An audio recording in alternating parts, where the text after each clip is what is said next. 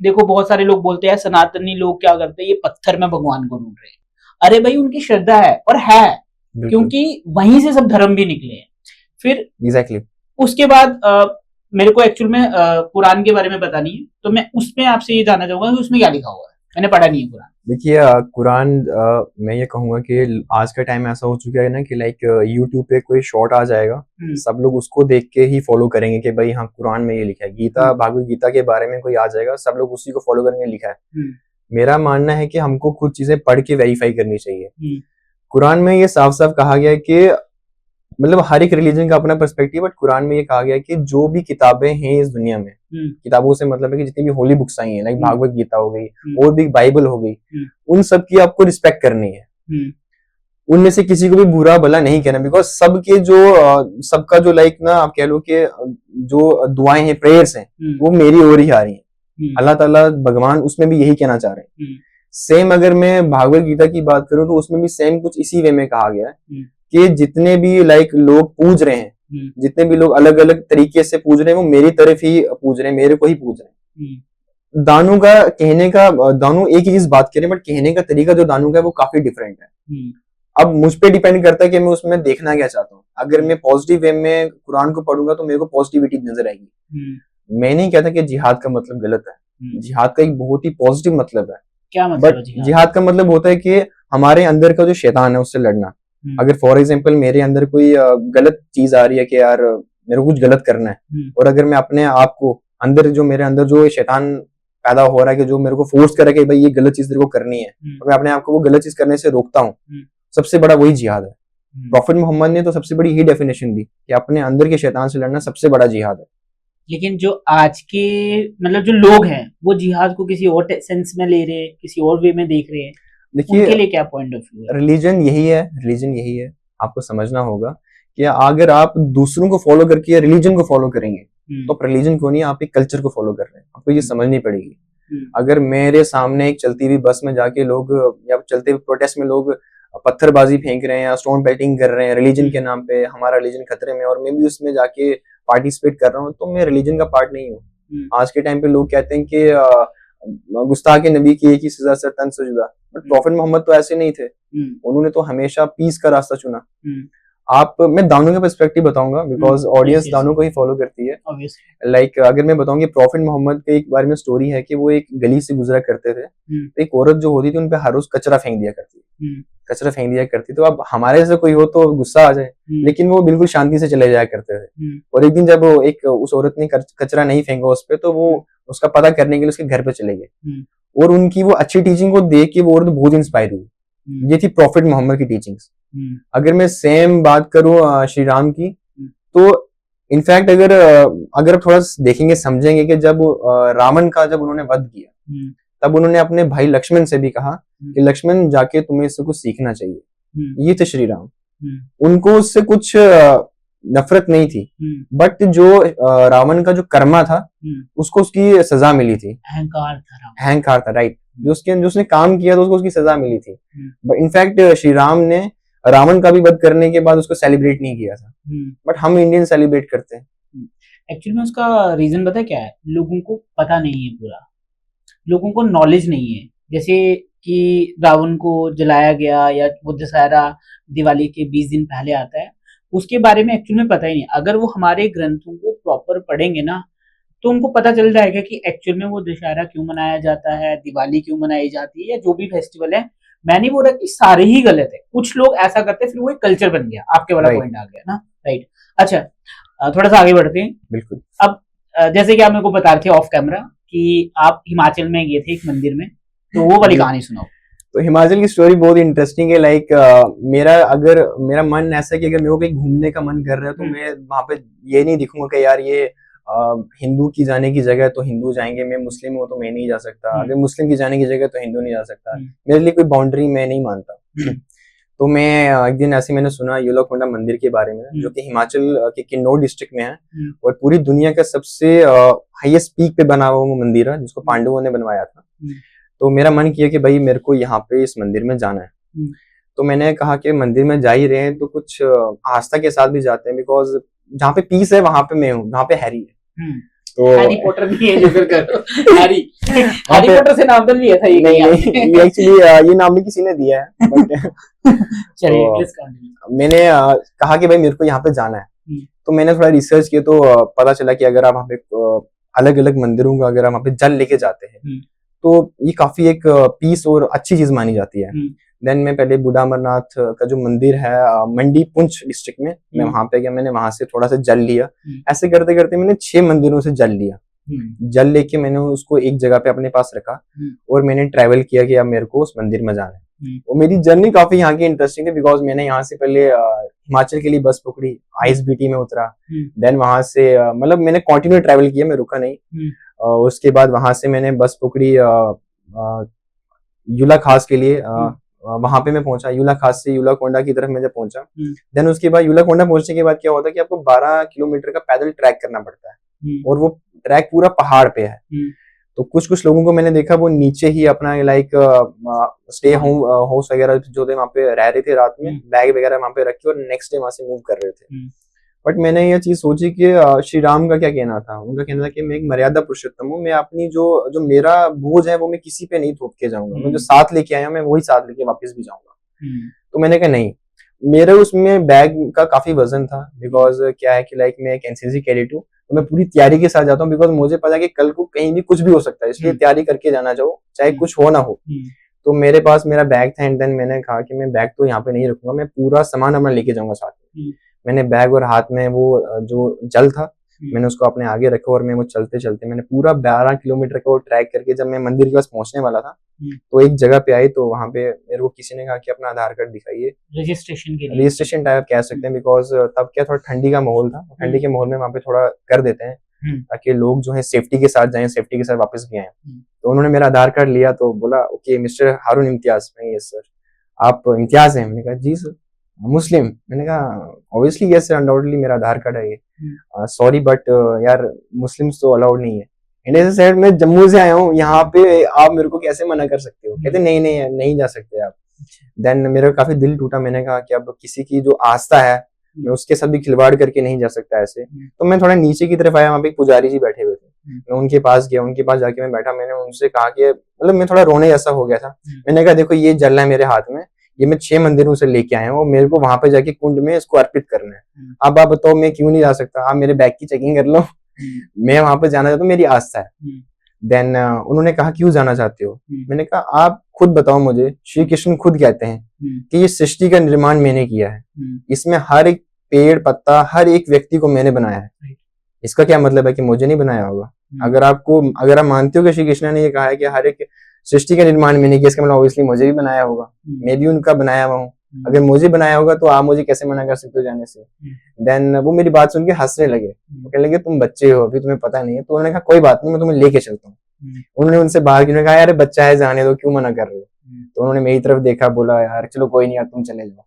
उसके बाद मेरे को बहुत खुशी हुई, मैं आगे उसको रखा हुआ था मैंने जो जल था, मैं बहुत खुशी से वहां पे गया। मैं जब वहां पे पहुंचा तो मेरी आंखों में आंसू थे बिकॉज मैंने रील्स में खाली देखा था कि हाँ यहाँ पे ऐसा मंदिर है यूला कुंड एकदम टॉप पे, और मुझे बहुत खुशी इस बात की भी थी कि बहुत से लोग यहाँ तक पहुंच नहीं पाते बिकॉज हर एक का सपना है कि मेरे को उस यूला कुंडा मंदिर में जाना है 12 किलोमीटर का ट्रैक करके, बट हर कोई नहीं पहुंच पाता, और मैं पहुंचा तो मेरे लिए बहुत खुशी की बात है। मैंने आस्था से वहां पे बैग अपना साइड पे रखा और मंदिर के राइट साइड से 3 चक्कर लगाते होते हैं वो लगाए मैंने, और जो जल था मेरे पास मैंने उसको अर्पित किया उसके बीच में, और एक पीस मिला और शांति मिली। एक्चुअली मैं कहूंगा कि जो मैं जल लेके गया था वो भी एक टास्क था, एक अंदर से पीस भी मिली, खुशी मिली कि हाँ जब टास्क कंप्लीट करता है तो तब इंसान को बाय डिफॉल्ट ही वो पीस आ जाता है, यस फाइनली आई डिड। हाँ इनफैक्ट मैं ये कहूंगा कि शायद कुछ लोग माने या ना माने ये चीज, बट मैंने एक्चुअली में वहां पे ना उस चीज को जाके महसूस किया, मैंने उस चीज को वहां पे जाके फील किया। मैंने जब वहां पे कर दी, वहां पे बहुत ठंड थी और मैं एक सिंगल टी शर्ट में था, मेरे पास उसकी वीडियोस भी हैं, तो मैं बिल्कुल एक टी शर्ट में वहां पे गया हुआ था। तो मैं टी शर्ट में लाइक मैंने उसको अर्पित कर रहा हूँ, ठंड है, लोग जैकेट वगैरह पहन के रखे हैं और मेरे को बैग है पीछे, मेरी सांस भी फूल रही है। मैंने अर्पित करके बाद में वहां पे बैठा, मैंने थोड़ा मेडिटेशन किया और मैंने वहां पे ना लाइक एक पावर को मैंने फील किया। तो मेरा ये लाइक मानना था कि जब मैं वो चीज फील कर रहा था तो मैं खुद से लाइक ये कह रहा था कि नहीं, इस दुनिया में कोई धर्म ऐसी कोई चीज नहीं है कि जो हम हमारे लिए जो बाउंड्री क्रिएट कर सके कि अगर मैं हिंदू हूं तो मैं मस्जिद के अंदर नहीं जा सकता, अगर मैं मुस्लिम हूं तो मैं मंदिर के अंदर नहीं जा सकता। ये खाली हमारा सोचने की तो हम सोच रहे हैं ना। भगवान ने तो ऐसा कभी नहीं सोचा होगा कि यार ये हिंदू है तो नहीं जा सकता, ये मुस्लिम है तो ये नहीं जा सकता। उसके लिए तो सारी सृष्टि एक ही है। तो उस दिन मैंने ये चीज समझी, मतलब उस दिन मेरे को ये एक्चुअली फील हुआ कि यार पढ़ना जरूरी नहीं है भागवत गीता को या कुरान को, समझना बहुत जरूरी है। जिस दिन हमने ये समझ ली ना तो हम यूनिवर्सल बीइंग में बिलीव करेंगे, हमारे लिए ये सब चीजें एक होंगी, बाउंड्री कुछ नहीं होगी, जहां मन आया बैग उठाया निकल गया। राइट, बहुत बढ़िया और काफी अच्छा लग रहा है मुझे ये सुन के। अच्छा, वो वाली स्टोरी बताइए जब आप दिल्ली में थे, आई थिंक, या कहीं एनसीसी के कैंप पे गए थे आप, yes. है ना, जहाँ पे आप सुबह 3 बजे उठ के मंदिर की सफाई करते थे और आपको पुजारी ने एक दिन पकड़ लिया। एक्चुअली क्या था कि मेरे को माइग्रेन प्रॉब्लम थी। माइग्रेन था जब मैं अपना टीएससी के हमारे प्रिपरेशन चल रहे थे यहाँ पे एनटीए नगरोटा में एनसीसी के, तो तब से मुझे माइग्रेन बहुत बढ़ गया था। मैं कुछ चीज़ों में था तो मेरे को काफी लाइक माइग्रेन वगैरह बहुत होता था। तो प्रोजेक्ट्स जो चल रहे थे, बुक्स की टेंशन, प्रोजेक्ट्स की टेंशन बहुत ज्यादा। तो मैं जब वहाँ पे दिल्ली में गया तो उसके बाद क्या हो गया कि हमारा 10 डेज का दिल्ली में भी था कैंप, दिल्ली कैंट के अंदर। तो वहाँ पे बहुत ज्यादा प्रेशर होता है कि लाइन एरिया को ठीक करना है, ट्रेनिंग्स करनी है, बहुत कुछ करना है। तो उसमें मेरे को माइग्रेन ना बहुत बढ़ चुका था। तो मेरे साथ एक बड़ी हुआ करता था साथ में जो हमेशा रहता था, उसका नाम था सुमित। तो मैं उसको बोला करता था यार मेरा का ना माइग्रेन से बहुत दर्द हो रहा है, फटा जा रहा है। तो एक दिन मैं वैसे वॉक करते हुए हमारा डिनर हो गया था रात का, तो हम घूम रहे थे कैंट वाली साइड पे। तो मैंने देखा वहां पे एक जगह पे लिखा हुआ था सर्व धर्म स्थल। तो मैंने उससे कहा, मैंने कहा सुमित आज चलते हैं यार, वहां पे चलते हैं। तो हम दोनों वहां पे गए और वो छोटा सा बिल्कुल एक मंदिर था। उसके अंदर मैंने भागवत गीता भी देखी, गुरु ग्रंथ साहिब भी देखा, बाइबल भी देखी, कुरान पाक भी देखा। तो मैंने सुमित से कहा यार यहाँ पे आके बैठते हैं। तो मैं जब वहां पे आके बैठा तो मेरे को पूरे कैंप में जो मेरा बेड था, जो हमारा लाइन एरिया था, मुझे वहां पे बिल्कुल भी सुकून नहीं मिला। लेकिन जब मैं उस जगह पे बैठा तो मेरे को लगा कि यार ये कहाँ है, स्वर्ग तो यही है, यही तो शांति की जगह है। देन मैं उसके बाद वापस आया। उसके बाद मैंने पूछा कि यार मंदिर का क्या हिसाब होता है। उसने मुझे पूरा समझाया कि यार हर रोज मंदिर की साफ सफाई होती है, वस्त्र ऐसे बदलते होते हैं। मैंने थोड़ा यूट्यूब पे सर्च किया। फिर अगले दिन मैं हारून 2:30 बजे अपने वॉशरूम में जाता हूँ वगैरह, फ्रेश वगैरह होने के बाद एकदम से मंदिर में आके 3 बजे पहुंचता हूँ। मंदिर वहां पे साथ में एक वाटर टैप था, उससे मंदिर पूरे को साफ सफाई किया। जो अंदर कान्हा जी की मूर्ति थी उसके कपड़े वस्त्र बदले, उनका दूसरे मतलब जो नहाना वगैरह होता है वो क्या श्रृंगार वगैरह वो करके अगरबत्ती जला के मैं बैठा हूँ और मजे से अपना उनसे लाइक शिकायतें चल रही हैं, आप बताओ तो देख लो, मतलब बातचीतें चल रही हैं। हाँ, मनी मन में। हाँ मनी मन में नहीं, मनी मन में नहीं कहूंगा मैं जोर जोर से बोल रहा था। इतने पीछे से पंडित जी आ जाते हैं। पंडित जी कहते हैं हाँ जी बेटा कौन। मैंने कहा पंडित जी मैंने सारा कुछ धो धा लिया है वगैरह, ओके कर दिया है। पंडित जी कहते हैं आपका नाम क्या है। और मैं तो सोच रहा हूँ मैं नाम क्या बताऊँ। मैंने कहा मेरा नाम निखिल शर्मा और मैं दिल्ली का रहने वाला हूँ। निखिल शर्मा हो, दिल्ली के रहने वाले हो। मैंने कहा हाँ जी मैं दिल्ली का रहने वाला हूँ। अच्छा बट तुम्हारी टी शर्ट पे तो जम्मू कश्मीर लिखा हुआ है। और मैंने कहा हाँ एक्चुअली मैं यहीं का था, दिन वहां पे शिफ्ट हो गया। फिर उसके बाद पूछने लगे कि लाइक आप ब्राह्मण हो, पंडित हो, क्या हो। और मैंने कहा इनमें भी कास्टिज्म होता है। तो मैंने कहा जी मैं पंडित हूँ। नहीं ब्राह्मण हूँ। पंडित में कंफ्यूज हो गया था क्या बोलूं। अच्छा कौन से वाले पंडित हो।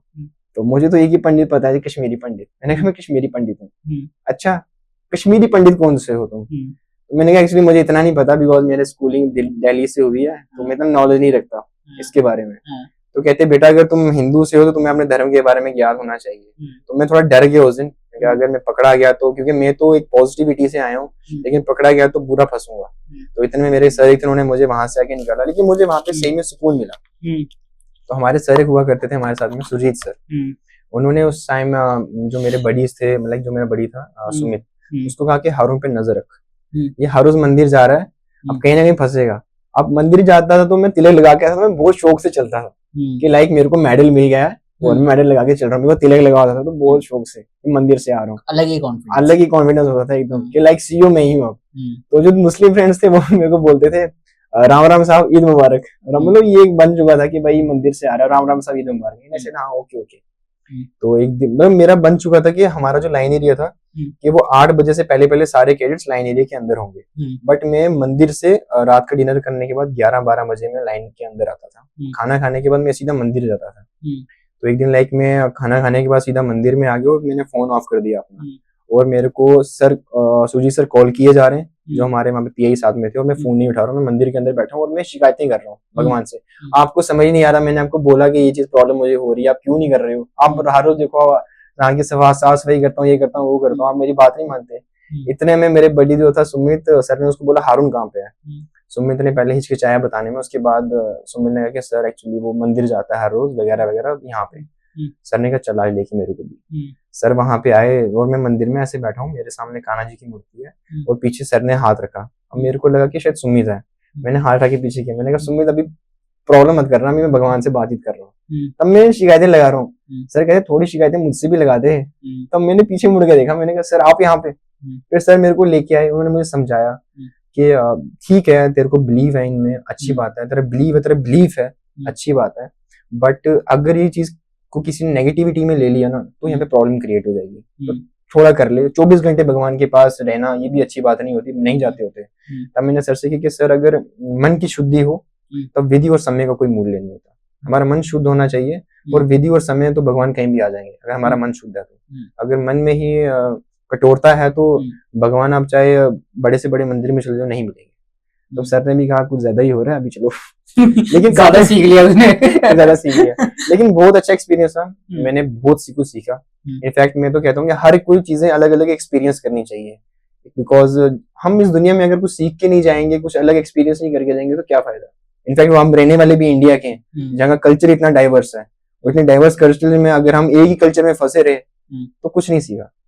इनफैक्ट मैं तो हूँ भी जम्मू कश्मीर से, तो मेरे को है भी शौक है। आपको मैं एक बात बोलूं, हाँ बिल्कुल। अभी रिसेंटली 2-3 हफ्ते पहले मैंने एक पॉडकास्ट करा था पास्ट लाइफ रिग्रेशन के ऊपर, ठीक है। तो मैंने मैम से पूछा कि लास्ट जन्म के बारे में हम कैसे जान सकते हैं, तो मैम ने मुझे बताया कि ऐसे ऐसे मेडिटेशन के थ्रू होता है और ये सब होता है। तो मैंने कहा जो हम इस लाइफ में हम किसी चीज के प्रति बहुत ज्यादा आकर्षित हो जाते हैं, कोई चीज हमें बहुत पसंद आती है, हम किसी एक पर्टिकुलर भगवान की या किसी चीज की बहुत साधना करते हैं, तो उसका क्या कहते हैं पिछले जन्म में आपने वो किया होता है और वो आदर है तो उसको पूरा कर रहे होते हैं आप।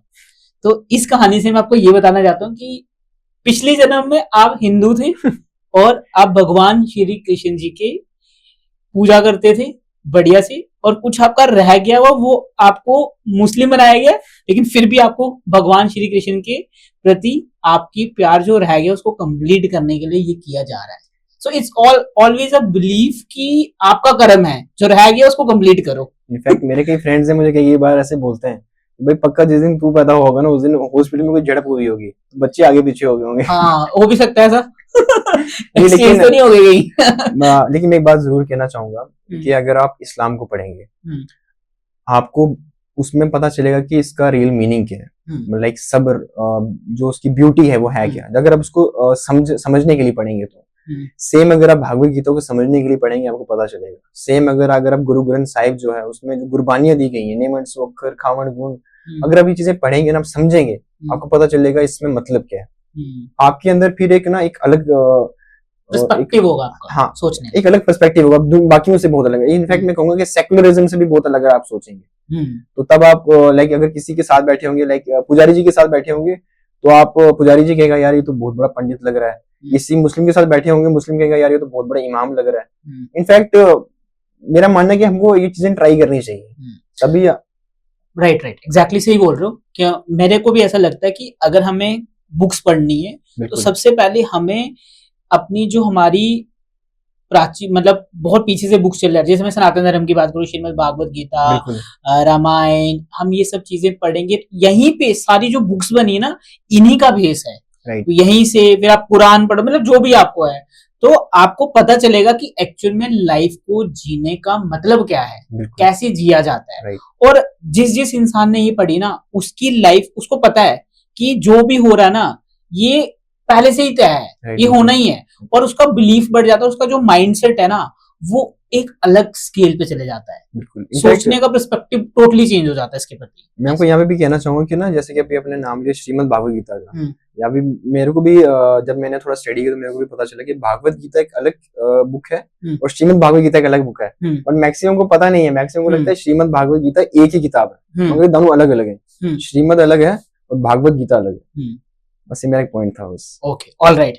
अच्छा अब बात करते हैं